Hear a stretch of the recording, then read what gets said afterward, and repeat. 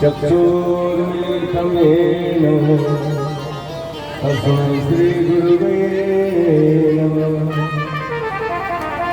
नारायणं नमस्कृतं नरं चैव नरोत्तमं देवी सरस्वती व्यासं ततो जयमुदीरये। या देवी सर्वभूतेषु दयारूपेण संस्थिता या देवी सर्वभूतेषु मातृरूपेण संस्थिता या देवी सर्वभूतेषु शक्तिरूपेण संस्थिता। नमस्तस्यै नमस्तस्यै नमस्तस्यै नमो नमः।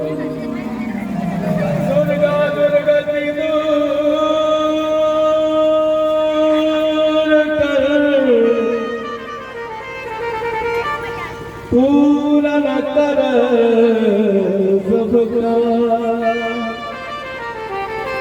मन मंदिर विराजिरो सदा करुणिया। श्री गणेश जी महाराज की जय। गोपाल कृष्ण भगवान की जय। श्रीमद्भागवत महापुराण की जय। दुर्गा मैया की जय। राम के सभी देवी देवताओं की जय। नमन गौरा पार्वती हर हर महादेव। सबद जल लाग्यो रे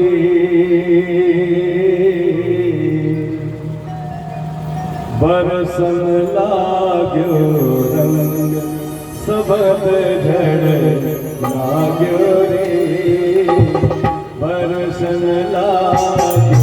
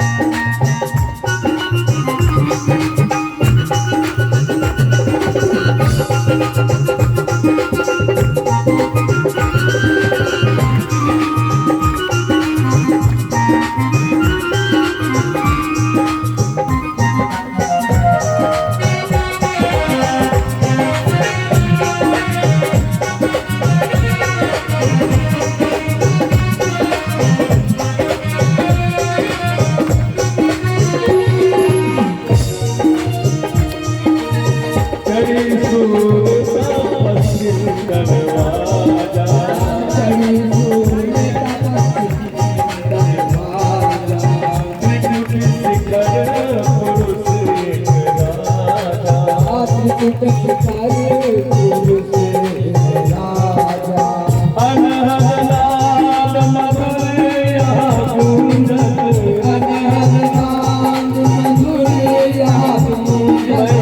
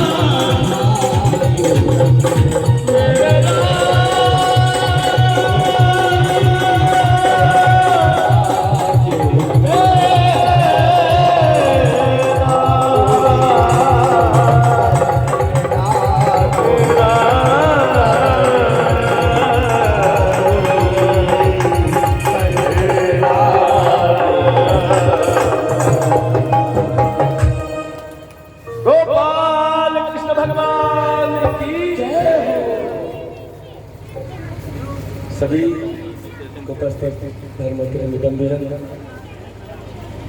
माता गोपाल गोपाल दूर दूर से चलकर आए सभी अतिथि मेहमानगण जिन्होंने भगवान की कथा को सम्मान दिया, वे सभी भगवान की असीम कृपा को पाते हैं। समस्त भक्तजनों के लिए शुभकामनाएं व्यासपीठ से। जीवन और मरण इस चक्र का पालन हम सबको करना पड़ता है। जीवन मृत्यु के चक्र के बीच में ही हमारा जीवन का जो समय है, ये दो बातों को हमको चाहो या न चाहो इसको हमको स्वीकार करना पड़ता है।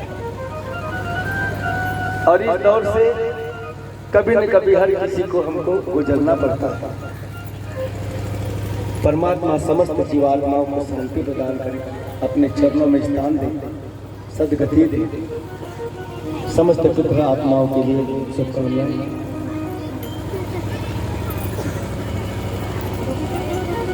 अंतिम दिवस की कथा में सुखदेव जी महाराज ने महाराज परीक्षित को श्रीमद् भागवत कथा सारांश रूप में सुनाई है। पूरा सार भाग अंतिम दिवस बताया है। श्रीमद् भागवत कथा ये सबसे पहले किसने कही, किसने सुनी? तो सृष्टि निर्माण के समय परमपिता परमात्मा ने सबसे पहले श्रीमद् भागवत कथा ब्रह्मा जी को सुनाई। ब्रह्मा जी ने यही कथा नारद जी को सुनाई। नारद जी ने यही कथा व्यास जी महाराज को सुनाई। परमात्मा ने सुनाई तब 4 श्लोक की श्रीमद् भागवत कथा थी, जिसको चतुर्थ श्लोक की भागवत कथा कहा गया है। व्यास जी महाराज ने फिर इसके 18,000 श्लोक 12 स्कंद में इसको निर्माण कर सरल बनाकर जन जन तक ये कथा अमृत व्यास जी महाराज ने पहुंचा। और व्यास जी महाराज ने यही कथा सुखदेव जी महाराज को सुनाई। सुखदेव जी महाराज ने यह अमृतमय कथा अंत समय की स्थिति में मृत्यु काल में राजा परीक्षित को सुनाई। नैमिषारण्य में सूत जी महाराज ने शौनकादिक ऋषियों को सुनाई। गोकर्ण जी ने धुंधकारी के प्रेत योनि से मुक्ति के लिए कथा सुनाई। शौनकादिक ऋषियों ने भक्ति के पुत्र को चैतन्य करने के लिए कथा सुनाई। तो श्रीमद् भागवत कथा में सबसे पहले इसका महात्म्य बतलाया गया है, इसकी महिमा क्या है, जो कार्य हम कर रहे हैं, जो कार्य हम करने जा रहे हैं, इससे हमको किस फल की प्राप्ति होगी, हमें कौन सी सिद्धि मिलेगी। तो श्रीमद् भागवत कथा में सबसे पहले इसका महात्म्य बतलाया है कि अमृत से भी मूल्यवान श्रीमद् भागवत कथा का पुण्य फल है। सारे पुण्य कर्म से बढ़कर श्रीमद् भागवत कथा का पुण्य है। मृत्यु के बाद तो भगवान की कथा जीव को मुक्ति प्रदान करती है, परंतु जीते जी भी हमारे मन को संतुष्टि मिलती है। श्रीमद् भागवत कथा श्रवण से हमको अपने स्वरूप का ज्ञान होता है कि वास्तव में संसार में हमारी स्थिति क्या है। वास्तव जीव, वास्तव जगत, वास्तव माया, वास्तव वस्तु का ज्ञान श्रीमद् भागवत कथा से हमको होता है। इस विषय को हमने बड़े विस्तार से सुन चुके हैं। तो सबसे पहले श्रीमद् भागवत कथा का महात्म्य बताया है। और महाराज परीक्षित ने सुखदेव जी महाराज से वैसे कई प्रश्न किए हैं, परंतु श्रीमद् भागवत कथा के अनुसार मुख्यतः 4 प्रश्न माने गए हैं। और इन्हीं 4 प्रश्नों के समाधान में सुखदेव जी महाराज ने सारा श्रीमद् भागवत कथा प्रसंग विस्तार से महाराज परीक्षित को सुनाया। सबसे पहला प्रश्न हुआ था महाराज परीक्षित का कि मृत्यु काल में जीव को क्या करना चाहिए। जब हम अंतिम स्थिति में होते हैं, मृत्यु के समीप होते हैं, उस समय जीवात्मा को क्या करना चाहिए। महाराज परीक्षित में समस्त जीवात्माओं के कल्याण के लिए प्रश्न किया गया। ये नहीं पूछा कि मेरा अंत समय है, मुझे क्या करना चाहिए। समस्त जीवात्माओं के लिए, हमारे लिए, तुम्हारे लिए, सबके लिए प्रश्न किया कि अंत समय की स्थिति में जीव को क्या करना चाहिए। कहा गया कि अंत समय में भगवान का भजन जीव के द्वारा होना चाहिए मृत्यु काल में। तो महाराज परीक्षित के हृदय में शंका उत्पन्न हुई। महाराज परीक्षित को शंका उत्पन्न हुई कि प्रभु, अंत समय की स्थिति तो बड़ी दुखदायी होती है।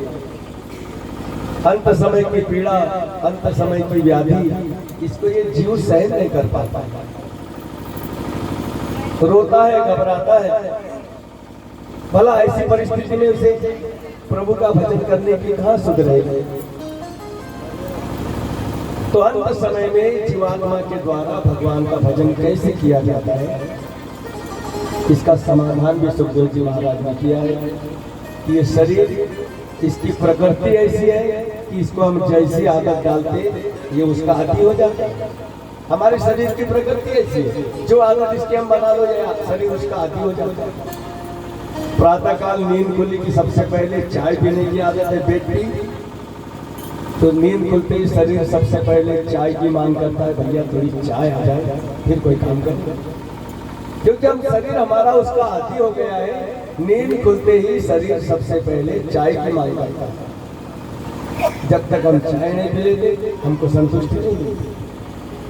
बीड़ी सिगरेट पीने की आदत है तो शरीर बराबर मांगता है कि चलो धुआं निकालने का समय हो गया। फिर कहीं झाड़ी में जाए, चाहे दीवार की ओट में जाए, धुआं जरूर निकालता है। शरीर उसका आदी है।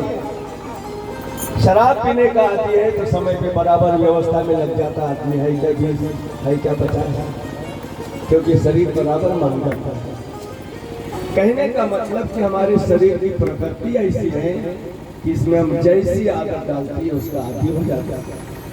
सुखदेव जी महाराज कहते हैं जीवात्मा के लिए शरीर एक साधन है। इस शरीर को यदि साधन बनाया जाए, इसका सदुपयोग किया जाए, तो इसी साधन पर सवार होकर परमात्मा के स्वरूप को जीव प्राप्त हो सकता है। जैसे हमारे पास 4 व्हीलर 2 व्हीलर होती है, हम अपने पास साधन है तो उसमें बैठकर जब चाहे जहाँ चाहे चले जाते हैं। ऐसे जीवात्मा को मंजिल प्राप्त करने का साधन है शरीर भगवान ने बनाया। यदि इसका सदुपयोग सही दिशा में इसका प्रयोग किया जाए तो यही जीवात्मा को मुक्ति प्रदान करता है। क्या साधन कैसे? सुखदेव जी महाराज कहते हैं कि शरीर को प्रारंभ से ही ऐसी आदत डाले, इसकी तो प्रकृति जैसी आदत डाले उसमें आदत लग जाता है। तो इसमें भजन, प्रभु के भजन की आदत सतत अंतर्गत में प्रभु का भजन होता है। धीरे धीरे अभ्यास करते रहो। अरे बुढ़ापे में नहीं, हम सोचते कि अभी तो जवानी का समय, कमाई धमाई का समय, अभी ये फालतू काम कौन करेंगे, बुढ़ापे में तो माला घुमाना है, बुढ़ापे में उतने काम करेंगे। परंतु सज्जनों, बुढ़ापे में भजन नहीं होता, बुढ़ापे में भजन हो जाता है, सबको टेंशन हो जाता है, ये बुढ़ा बुढ़ी नहीं बने, आज ही सबको परेशानी होने लग जाता है। भजन तो प्रारंभ से ही होता, प्रारंभ से इस शरीर को ऐसा अभ्यास डालना कि सतत प्रभु नाम का भजन होता है। इसके लिए ढोलक मंजीरा लेके बैठने की आवश्यकता नहीं है। ये मकान में, खेत में, खलिहान में, दुकान में, हर जगह होता है। अपने संसार के कार्य भी होते हैं, साथ ही भगवान का भजन भी होता है। ये अभ्यास करो, अभ्यास में भूल जाता है आदमी, परंतु जब याद आ जाए तभी कड़ी से कड़ी जोड़, धीरे धीरे धीरे धीरे हमारा शरीर इसका आदी होने लग जाता है। एक स्थिति ऐसी बनती है कि शरीर फिर इसका आदी हो जाता है। इसमें भी खिंचा जाएंगे। निरंजन माला तो अंतर्गत में सतत घूम रही है, सिर्फ हमारा ध्यान देने की आवश्यकता है। श्वास दर श्वास भजन हो रहा है, सिर्फ हमारा ध्यान नहीं है। श्वास ऊपर खींचो तो सो, छोड़ दो तो हम, सो हम, ये माला सतत घूम रही है, सिर्फ हमारा ध्यान केंद्रित करने की आवश्यकता है। अभ्यास जब प्रचंड हो जाता है तो शरीर इसका आदी हो जाता है। जीवन में अंत समय में एक स्थिति हमारी ऐसी बनती है कि ये जीव अचेतन अवस्था में चला जाता है, शरीर शून्य हो जाता है, धड़कनें चल रही है, प्राण ज्योति है, परंतु सब शून्य हो जाता है। हम कहते भी कि वो इधर नहीं रहे, उधर चले गए। यदि बातें भी की जाए कि दादाजी हमको पहचाना, तो सब शून्य हो जाता है। जीवित धड़कनें चल रही है, परंतु फिर भी सब शून्य हो जाता है। ये अचेतन अवस्था। तो ये स्थिति में भी, इस अचेतन अवस्था में भी यदि हमने शरीर को अभ्यास दिया है, हमारा भजन प्रचंड है, तो इस स्थिति में भी शरीर के द्वारा भगवान का भजन होता है। श्वास दर श्वास भगवान का भजन, शरीर के द्वारा किया जाता है, क्योंकि हमने शरीर को इसका आदि बना दिया है, शरीर को इसकी आदत लग गई। कहा भी श्वासा की करी स्मरणी अजपा को कर जा, नीचे आवे ऊपर जावे बार बार पलटा, सोवत जागत उठत बैठत कभी न जो बिसरा, निरंजन माला घट में फिरे फिरे दिन अज पाजाब करे जो प्राणी, बिन जिह्वा बिन दान, ब्रह्म तत्व को सार है, सो हम आप यही भजन जीवात्मा का कल्याण करता है, परमात्मा के स्वरूप को प्राप्त करवाता है। भगवान ने स्वयं कहा कि अंत समय में जो मेरा स्मरण करते हैं वो मेरे स्वरूप को प्राप्त होते हैं।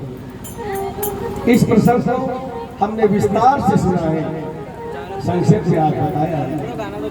ये पहले प्रश्न का समाधान सुखदेव जी महाराज ने किया कि अंत समय में जीवात्मा के द्वारा भगवान का भजन कैसे किया जाए। दूसरा प्रश्न, ये सृष्टि की उत्पत्ति कैसे हुई, जगत ये संसार जो देख रहे उत्पन्न कैसे हुआ, क्या ये ऐसे ही रहेगा या इसका विनाश भी होता है? यदि भगवान इसका विनाश करते हैं तो कैसे करते हैं? इस प्रश्न का समाधान भी हमने दूसरे दिन या तीसरे दिन की कथा में बहुत विस्तार से सुना है कि सृष्टि की उत्पत्ति कैसे हुई है और किस प्रकार प्रलय के द्वारा भगवान सृष्टि का विनाश करते हैं। इस प्रश्न को हमने विस्तार से सुना है दूसरे दिन तीसरे दिन की कथा के माध्यम से।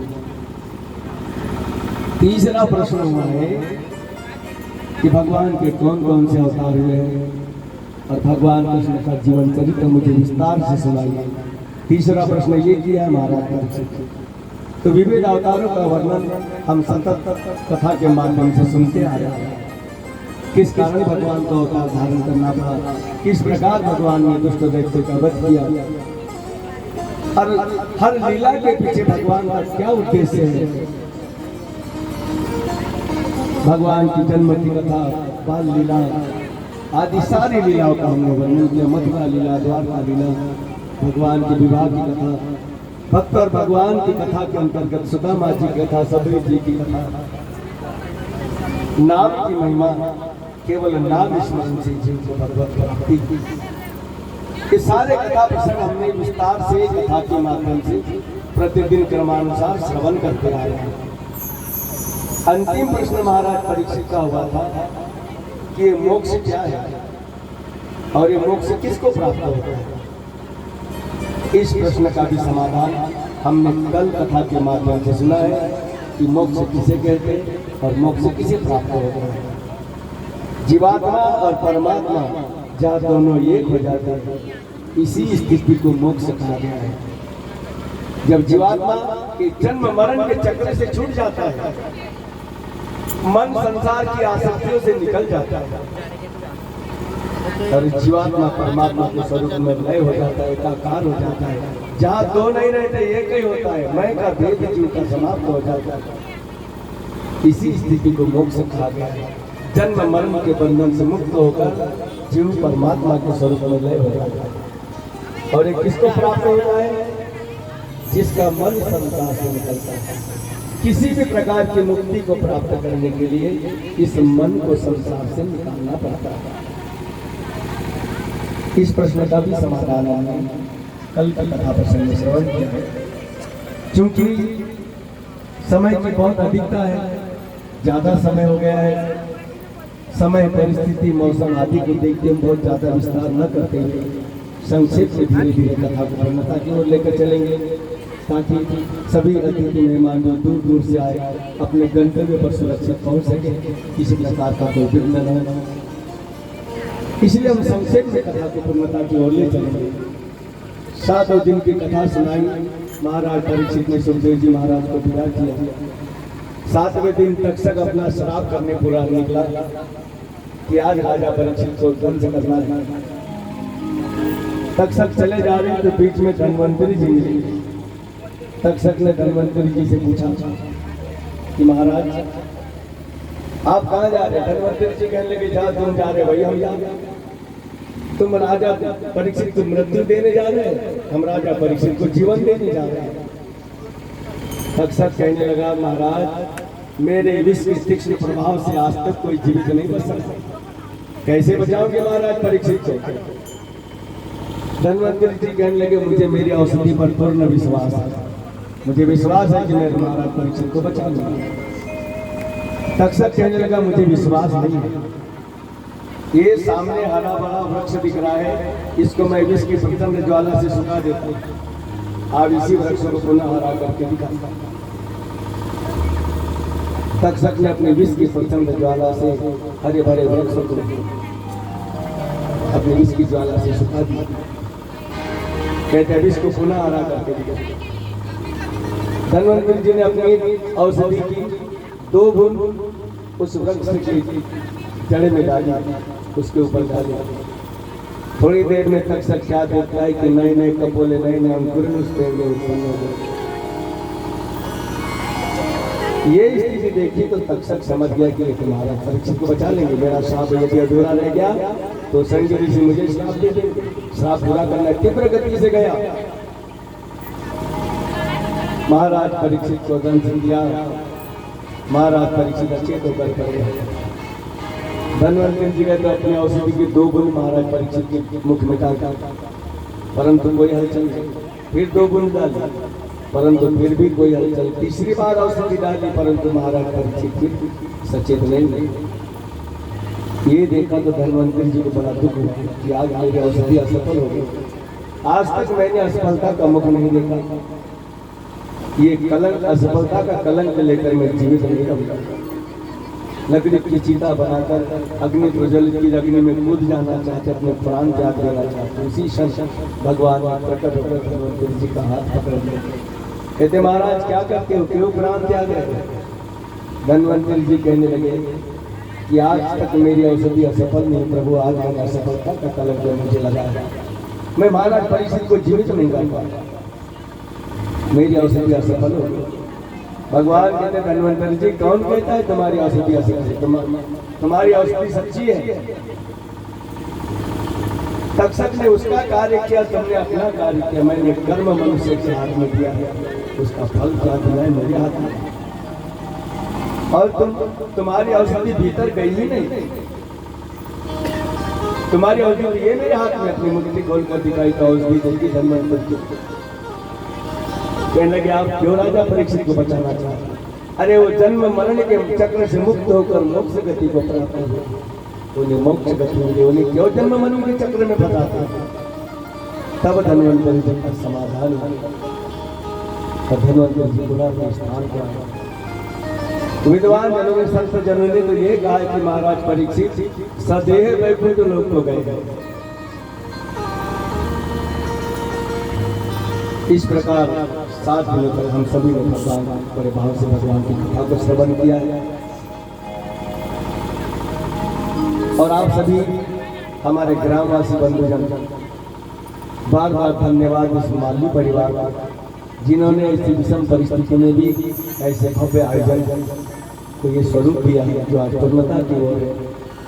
साथ ही हमारे ग्राम का भी बड़ा सहयोग रहा। सारे ग्रामवासी बड़े भाव से आए, बड़े आनंद से सबने भगवान की कथा को श्रवण किया है।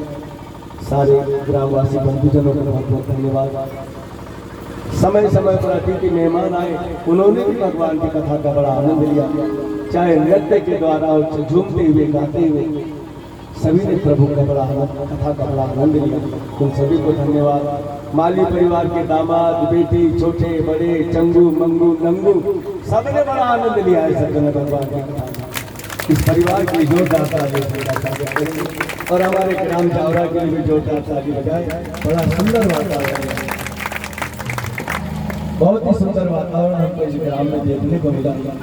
बहुत कम जगह पर इस प्रकार की स्थिति बनती है।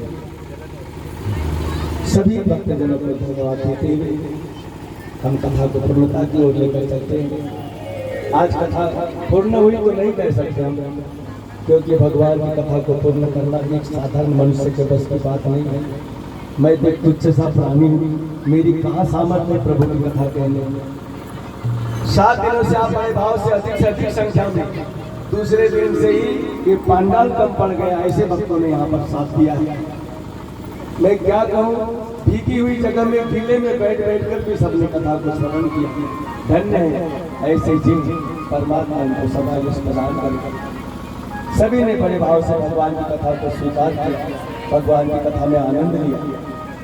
मुझसे भी जो मुझसे बन पड़ा, अपने टूटे फूटे शब्दों में ज्यादा ज्ञान मुझे नहीं है, नहीं मैं बहुत शास्त्रों की गहराइयों को जानता हूँ। मैंने तो सरल भाव से जो मुझसे बन पड़ा भगवान की महिमा आपके समक्ष कहने का एक छोटा सा प्रयास किया। इसमें मेरी कई गलतियां हो गई होंगी, कई मेरी गलतियां होगी, कई बातें मैं आपको नहीं बता पाया होगा या मुझे मालूम ही नहीं होगी। इन सारी बातों का हृदय में ना रखना, केवल भगवान को अपने हृदय में धारण करके अपने जीवन को, अपने परिवार को, अपने पड़ोस को, अपने ग्राम को, अपने देश को सर्वोच्च स्थान पर बैठा।